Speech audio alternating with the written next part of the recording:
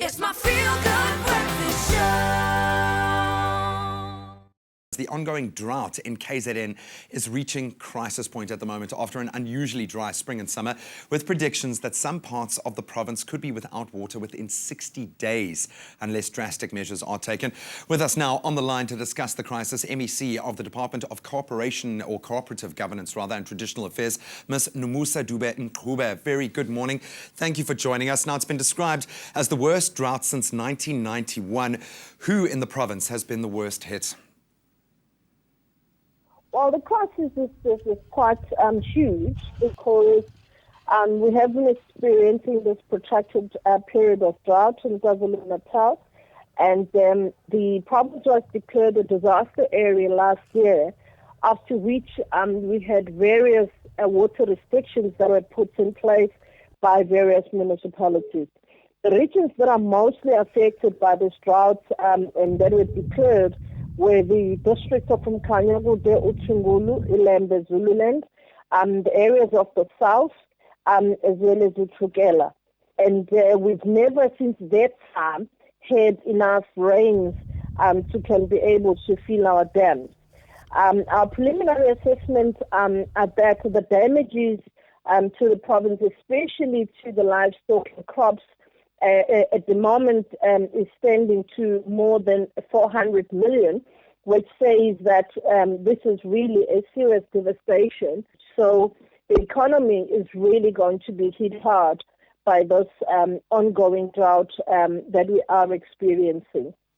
Now, it's been predicted that Hazelmere Dam, a major source of water in the eThekwini and Ilembe municipalities, will run dry by August if no rains fall. What is the current status of the dam? Yes, the current status of the dam is that it is sitting at less than 32%. The Department of Water and Sanitation has come to assistance with an amount of more than 300 million to try and assist us in this drought, to release communities, but also to assist because there's no more money in municipalities to do the water tankering. But we are presently experiencing various other methods, as we said, such as water rationing, where each municipality will be given 50% of water, and that 50% of water will be used by all communities. And if they happen to, finish that 50% before the end of the day, it means they can only get another 50% of water the following day.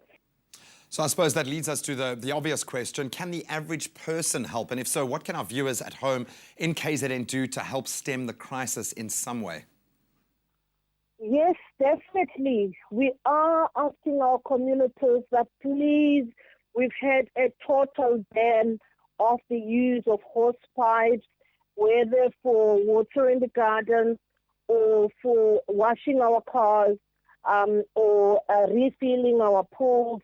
We're really calling for our communities to ensure that we do not use the water sprinklers, we do not use the jacuzzis and all the things that use a lot of water.